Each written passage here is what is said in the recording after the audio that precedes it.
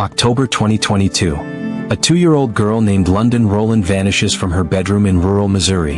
Her mother and her mother's boyfriend claim she wandered off. 3 years later, court documents reveal the unthinkable. London was beaten, shot with a BB gun, and finally traded to a drug dealer for a bag of methamphetamine. She has never been found. This is the story of a child who was loved by the entire world. Only after the world learned she had been sold. The trailer sits at the end of a gravel road that forgets its own name. October 17, 2022. The air smells of wood smoke and coming frost. Inside, 2-year-old London Rowland is supposed to be napping. She is tiny for her age, 22 pounds, curls the color of wheat, eyes the shade of storm clouds before rain. She loves Peppa Pig and the sound her mommy's keys make when they jingle. At 2:14 p.m. her mother, Ashley Rowland, 26, texts her boyfriend Joshua Denton. She won't shut up crying. Come handle it. Joshua arrives 23 minutes later in a rusted pickup that backfires like a gunshot. He is 31, shirtless despite the cold, track marks fresh on both arms. Neighbors later remember hearing a child scream once, sharp, then nothing. They thought it was the television. By 4:07 p.m. Ashley steps onto the porch and lights a cigarette with shaking hands.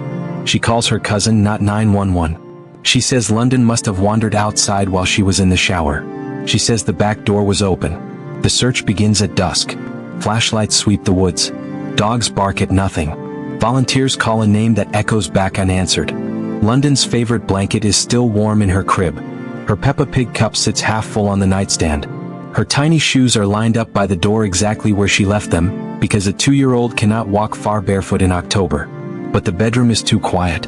It has been quiet since 2:37 p.m. By midnight the sheriff knows this is not a wandering case. By dawn the entire state knows London's face.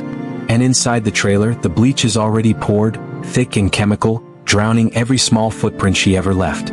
Beautiful shattered souls. If the thought of a 2-year-old shoes waiting by the door is already carving something raw inside you, subscribe right now and ring the bell. We are going to follow London's tiny footsteps into the darkest places a child can be taken. Your light is the only thing that can reach a little girl sold for poison. Thank you for stepping into this trailer with me. October 18, 2022. The sun rises pale and useless over the trailer. Inside, the smell of bleach is so strong it stings the eyes of the first deputy through the door. London's bedroom looks staged. Crib sheets freshly changed. Floor scrubbed shiny. A single Peppa Pig sticker peeled from the wall and floating in the toilet like a tiny pink corpse. Ashley Rowland sits on the couch chain-smoking, rocking, repeating the same sentence. She was just here. She was just here. Joshua Denton is in the kitchen pouring coffee with hands that will not stop shaking. His bare back is mapped with old scars and new bruises. He tells deputies he was at a buddy's house when London vanished. His truck was seen parked outside the trailer at 2:37 p.m. by 3 separate neighbors. The lies begin to rot within hours. A search warrant tears the trailer apart.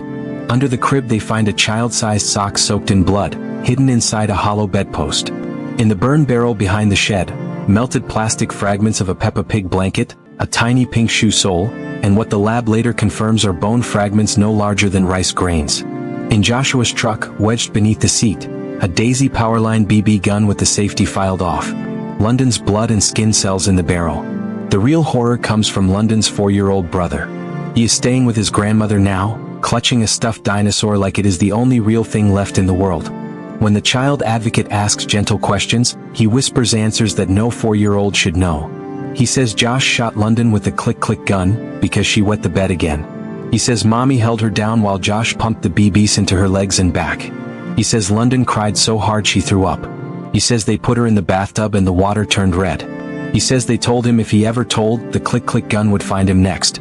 The grandmother records every word on her phone with shaking hands.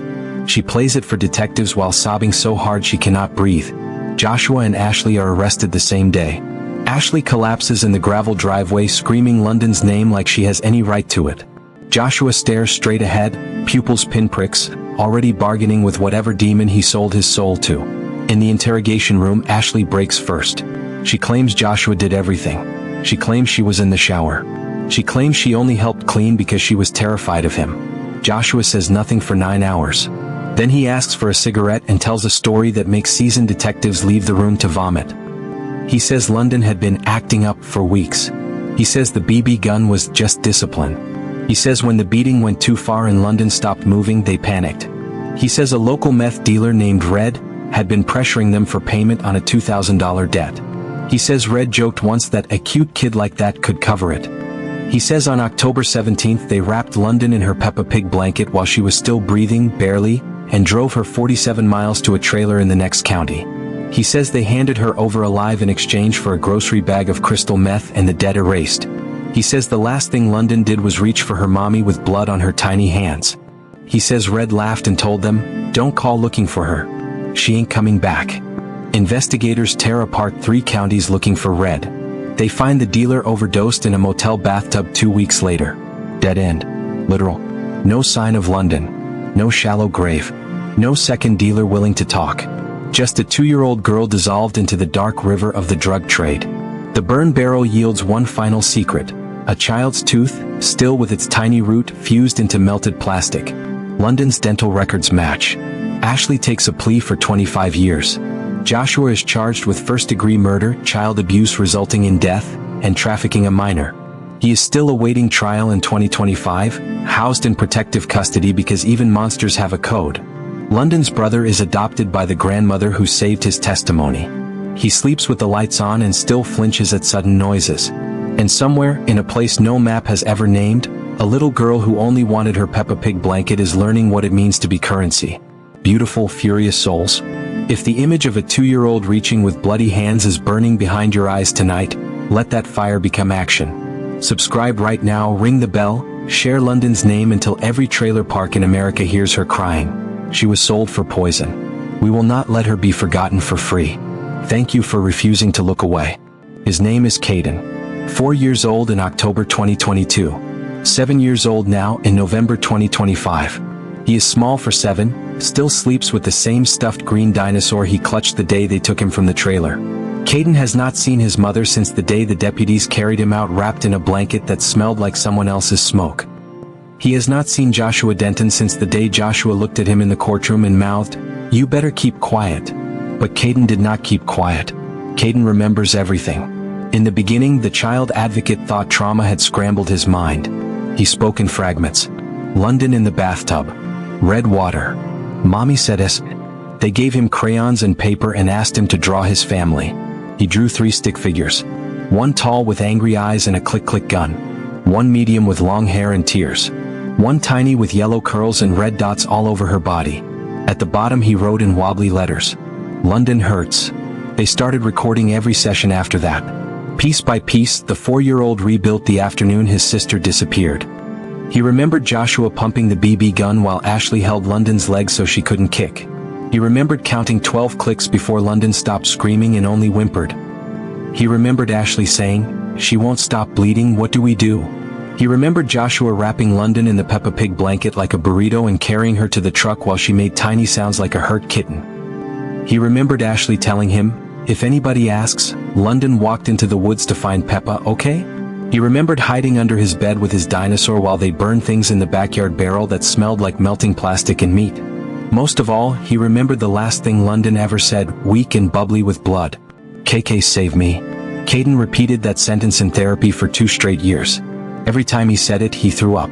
In 2024, prosecutors bring Kayden to the grand jury. He is 6 now, wearing a tiny suit that makes him look like a heartbroken little man. They sit him on a booster seat so he can see over the rail. The prosecutor asks gentle questions. Kayden answers in a voice so clear the courtroom microphone barely needs to work. He identifies Joshua from a photo lineup without hesitation. He identifies the BB gun. He identifies the Peppa Pig blanket from a crime scene photograph and begins to cry so hard they have to pause for 20 minutes. When they ask him why he didn't tell sooner, he says, "Because Josh said he would put me in the burn barrel next.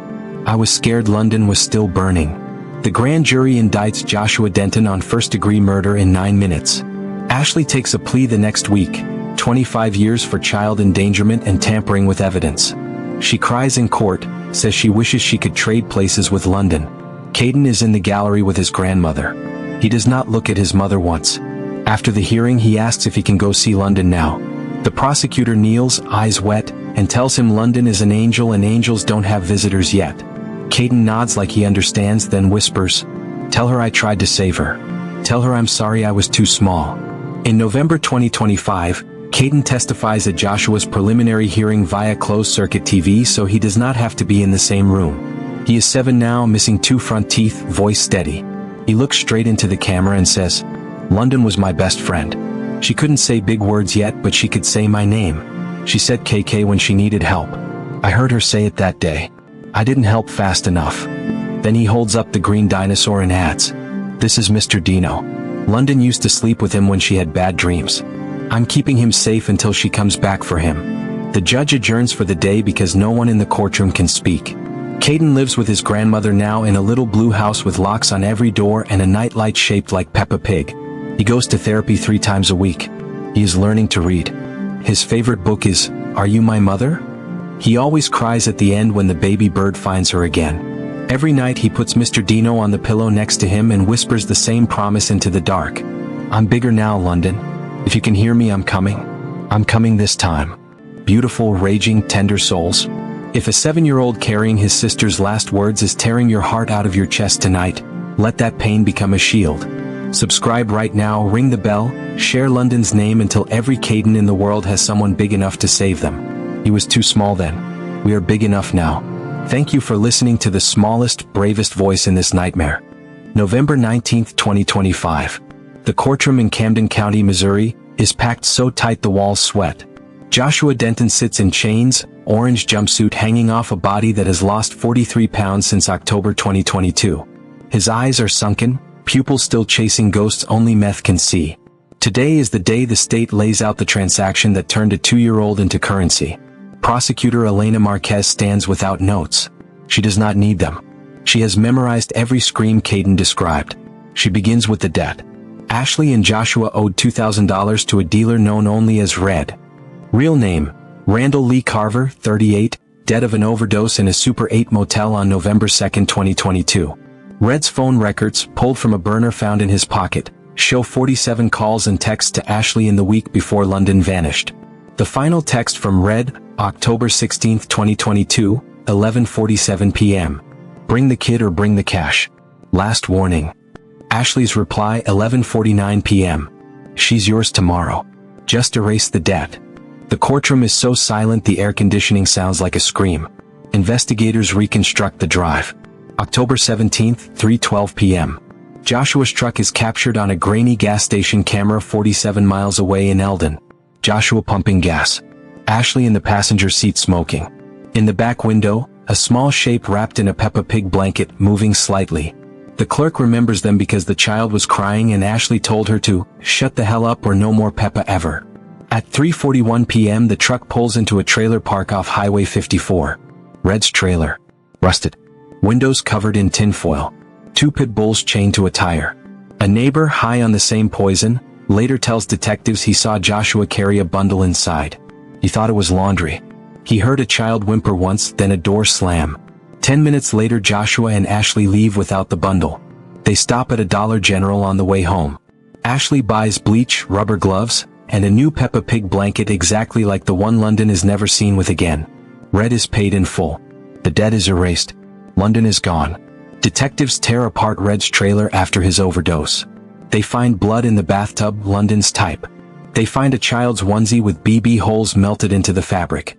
They find a shallow grave in the backyard, dug but never used. Red panicked when she stopped breathing too soon. They do not find London. Red's cell phone, cracked but working, contains one final video. Timestamped October 17, 2022, 4:02 p.m. Red filming himself laughing, shirtless, needle in arm. In the background, a toddler's voice, weak, singing the Peppa Pig theme song off-key. The video ends with Red saying, "Cute merchandise. Worth every gram." The prosecutor plays the video in court. The sound is turned low, but London's tiny voice fills every corner of the room. Half the gallery is openly weeping. Joshua stares at the floor like it might open and take him. Kayden is not in court.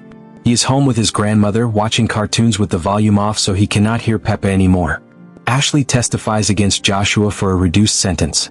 She cries on the stand, says she never meant for London to die, says Red promised he would just keep her for a while. She says Joshua beat her into agreeing. She says she still sees London reaching in her dreams. The jury does not believe a word. On cross-examination, the defense asks why she bought a new Peppa blanket the same day. Ashley has no answer. She simply puts her head on the rail and sobs until the judge calls recess. Outside, London's grandmother stands on the courthouse steps holding a sign that reads, "She was not merchandise. She was London." The trial lasts 9 days. The verdict takes 41 minutes.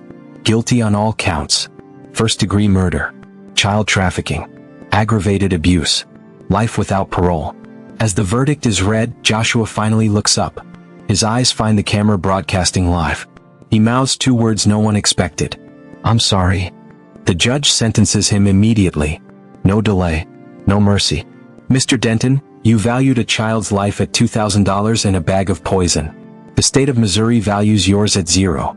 You will die in a cage and London's name will outlive you by centuries. Beautiful, incandescently angry souls. If the price tag on a 2-year-old's life is boiling in your blood tonight, let it fuel something unstoppable. Subscribe right now, ring the bell, share London's name until every dealer, every parent, every courtroom knows the cost of silence. She was sold for meth. We will buy her memory back with justice. Thank you for refusing to let her be a transaction." November 20th, 2025. The day after Joshua Denton is sentenced to die behind bars. Outside the Camden County Courthouse, the air is cold enough to burn the lungs. A small crowd gathers in silence, holding candles inside plastic cups so the wind cannot steal their light. London Rowland would have been 5 years old today. She never got a single birthday after 2. Her grandmother, Deborah, stands at the center holding the new Peppa Pig blanket Ashley bought the day London disappeared. It has never been used. It has never been washed. It still smells like the store shelf because no child ever slept beneath it. Deborah unfolds it slowly, reverently, like a flag for a country that no longer exists. She drapes it over a tiny white casket that will never hold a body. A symbolic funeral for a little girl whose final resting place is known only to monsters and God. Inside the casket, one green stuffed dinosaur from Kayden. A Peppa Pig cup, still with the original straw. A lock of wheat-colored curls saved from London's last haircut. A single photograph of London laughing so hard her eyes are slits and her dimples swallow the sun. 700 people have come. Many never met her, but every one of them knows her name now. They leave toys, candles, handwritten letters that say, "We are your family too." Kayden stands beside the casket in a tiny black suit, holding his grandmother's hand so tightly her fingers are white. He is 7, but today he looks 100. When the minister asks if anyone would like to speak, Kayden lets go of Deborah's hand and walks to the microphone alone. His voice does not shake. "My sister London was the best. She couldn't say big words, but she could say KK and love you. She liked to dance when music played. She always shared her snacks even when she was hungry. She was little, but she was big in here." He touches his chest. "I promised I would save her. I was too small then. I'm bigger now. So I'm giving her my voice until she comes home. If you hear a little girl singing Peppa Pig somewhere, tell her Kayden is still looking. Tell her the blanket is waiting." He places Mr. Dino inside the casket, kisses the blanket, and walks back to Deborah without tears. The crowd is not so strong. There is not a dry eye for miles. Deborah speaks last. She is 63, worn thin by grief and meth and courtrooms, but today she stands tall. London was not a debt. She was not merchandise. She was not a tragedy for strangers to forget tomorrow. She was sunshine in footed pajamas. She was sticky fingers and bedtime stories and the reason her brother learned to be brave. She mattered before the world ever knew she was gone. And she matters now. She looks out at the sea of candles. Keep one light burning for her. Keep one door open. Keep one seat empty at your table. Because somewhere, London is still reaching. They lower the symbolic casket into the ground at sunset. The blanket flutters once like it is waving goodbye, then settles. Every year on November 20th, the grave is covered in Peppa Pig toys and yellow flowers. Every year Kayden, now growing tall and fierce, places a new green dinosaur on the stone that reads, London Grace Rowland. November 20th, 2020, forever too. She reached. We will keep reaching. The blanket that still searches has become a movement. Shelters named after her. Billboards with her face and the words never again.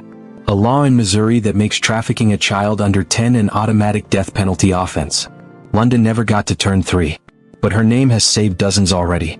Kayden visits every week. He sits on the grass and tells her about school, about the new dog, about how he is learning to ride a bike without training wheels. He always ends the same way. I'm still your big brother. I'm still coming. Wait for me. Beautiful, fierce, forever souls. This is where London's story ends and where it begins again every time someone says her name. If a 2-year-old reaching with bloody hands has carved itself into your heart, carry that scar proudly. Subscribe, ring the bell, share her light until every dark trailer park in America knows the price of a child is infinite. She was sold for poison. We bought her eternity with love. Now I leave you with one question to carry into every room you ever enter. If a little girl in Peppa Pig pajamas reached out for you tonight, bloody, terrified, and begging to be saved, would you be big enough to catch her? Keep the blanket ready. Keep the candle burning. Keep reaching. See you in the next case.